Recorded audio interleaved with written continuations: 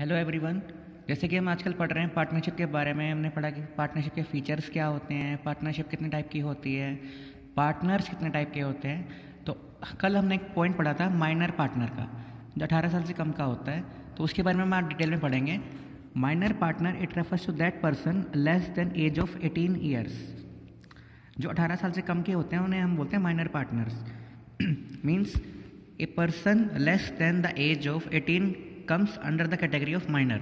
The main feature of minor is that he lacks the capacity to enter into the contract. मतलब कि जो minor partner होता है वो किसी कॉन्ट्रैक्ट में एंटर नहीं कर सकता है। अगर माइनर पार्टनर किसी कॉन्ट्रैक्ट में एंटर कर लेता है तो वो कॉन्ट्रैक्ट वॉइड माना जाएगा, मतलब कि इनवैलिड माना जाएगा, क्योंकि उसके बाद में माइनर मना कर सकता है कि मैं आपका कॉन्ट्रैक्ट पूरा नहीं करता हूँ। और उसके बाद में कोई भी पार्टी जो है उसके अगेंस्ट में कोर्ट में केस नहीं कर सकती है। तो माइनर पार्टनर जो होता है कि एक तरह से इंडिविजुअलिटी में कॉन्ट्रैक्ट में एंटर नहीं कर सकता है, लेकिन पार्टनरशिप फर्म में एंटर होने के बाद में वो कलेक्टिवली एंटर कर सकता है, क्योंकि एक फर्म कॉन्ट्रैक्ट कर रही है, वो इंडिविजुअली कॉन्ट्रैक्ट नहीं कर रहा है। तो partnership is established by contract, thus only that person can become a partner who satisfy the prerequisites of a contract. ठीक है। तो अब हम डिस्कस करते हैं कि राइट्स एंड रिस्पॉन्सिबिलिटीज़ क्या होती है माइनर पार्टनर की। क्योंकि माइनर पार्टनर है वो पूरी लाइफ तो माइनर पार्टनर रहेगा नहीं, कभी ना कभी तो मेजर हो ही जाएगा जब 18 साल का वो हो जाएगा। तो 18 साल के होने से पहले उसकी क्या पोजीशन होती है और 18 साल के होने के बाद उसकी क्या पोजीशन होती है, तो वो आज हम डिस्कस करेंगे। Means position of A minor partner before attaining majority and position of minor partner on attaining majority. मतलब कि 18 साल से पहले उसके पास क्या पोजीशन है और 18 साल के होने के बाद में उसकी क्या पोजीशंस है। तो पहले हम बात करेंगे position of A minor partner before attaining majority. मतलब 18 साल के होने से पहले उसके पास क्या क्या राइट्स हैं और क्या क्या रिस्पॉन्सिबिलिटीज़ हैं। पहला राइट है उसका right in profits and assets. जो फर्म की एसेट्स हैं और प्रॉफिट्स हैं उसमें उसका शेयर होगा, लेकिन लॉस में या कोई लाइबिलिटी में कोई माइनर पार्टनर का कोई शेयर नहीं होता है। जैसे कि आप पढ़ भी चुके हैं कि माइनर पार्टनर का क्या होता है कि लाइबिलिटी लिमिटेड होती है और लॉस में उसका कोई शेयर नहीं होता है। वैसे ही a minor has the right to get that share of profit and assets which was decided at his time of entry as a partner. It should be kept in mind that a minor partner has no relation with the loss of the firm. बल्कि firm को अगर कोई loss होता है तो उसमें कोई इसका शेयर नहीं होगा। लाइबिलिटीज़ भी जितनी उसने कैपिटल इन्वेस्टमेंट की है या नहीं भी की है तो उसी तक ही लिमिटेड है, ज़्यादा नहीं हो सकती है। फिर नेक्स्ट है right to inspect the books of accounts. जो भी लेजर है, जर्नल एंट्रीज हैं, बैलेंस शीट्स है, ट्रायल बैलेंस है या कोई P&L अकाउंट है, जो फर्म्स के अकाउंट बनते हैं उन्हें कभी भी माइनर पार्टनर चेक कर सकता है कि कुछ ही अगर उसे कोई गड़बड़ लग रही है, कुछ भी अगर वैसे भी नॉर्मली रेगुलरली भी वो चेक कभी भी कर सकता है। उसके लिए सारी इन्फॉर्मेशन एक तरह से लीगली वो चेक कर सकता है, कोई उसे मना नहीं कर सकता है। But a minor in no case has no access to the books of accounts which contain secrets of the firm. मतलब कि जो फर्म की सीक्रेट्स होती हैं जो बाहर डिस्क्लोज नहीं करना चाहती, तो वो ऐसी इन्फॉर्मेशन हो सकती है कि माइनर पार्टनर को उसकी एक्सेस ना मिले। लेकिन सारे जो बुक्स ऑफ अकाउंट्स होते हैं फर्म के, उसको चेक करना माइनर पार्टनर की राइट है, उसको कोई मना नहीं कर सकता है। Right to file suit. Suit का मतलब होता है लीगली केस करना। तो माइनर पार्टनर एक केस कर सकता है फर्म के अगेंस्ट में अगर उसे कोई प्रॉफिट का शेयर नहीं मिलता है या फिर उसे कोई उसका अपना शेयर नहीं मिलता है पार्टनरशिप फर्म छोड़ने का या उसे में रहने तक का भी, तो वो उसके अगेंस्ट में फर्म्स के सभी पार्टनर्स के अगेंस्ट में कोर्ट में केस कर सकता है। तो उसे 3 राइट्स हैं। प्रॉफिट एंड एसेट्स में उसका शेयर मिलेगा, बुक्स ऑफ अकाउंट कभी भी चेक कर सकता है, लेकिन सीक्रेट इन्फॉर्मेशन उसको नहीं मिलेगी। वो कभी भी पार्टनर्स को या पार्टनरशिप के अगेंस्ट में केस कर सकता है अगर उसके साथ कोई भी मिस बिहेवियर रहता है तो, या कोई उसे प्रॉफिट का शेयर उसे नहीं मिलता है तो। अब उसकी रिस्पॉन्सिबिलिटीज़ क्या हैं, क्योंकि राइट्स हैं तो रिस्पॉन्सिबिलिटीज़ तो होंगी ही होंगी। तो माइनर पार्टनर की रिस्पॉन्सिबिलिटी ये होती है कि लिमिटेड होती है।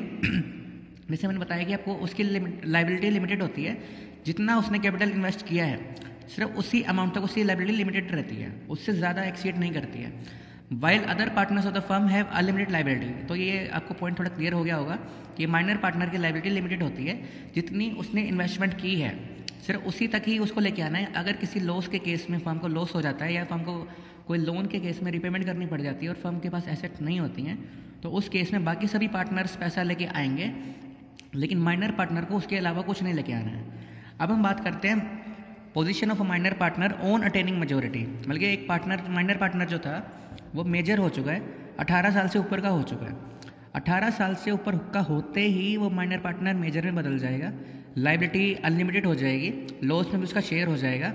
सभी कुछ जो फुल फ्लेज पार्टनर्स होते हैं उन्हीं का उसके इक्वल उसके राइट्स सारे हो जाएंगे, राइट्स ड्यूटीज़ एंड रिस्पॉन्सिबिलिटी सारे उसके इक्वल हो जाएंगे। तो नोटिस एक बनाना पड़ता है within 6 months of attaining majority he will be considered as full fledged partner.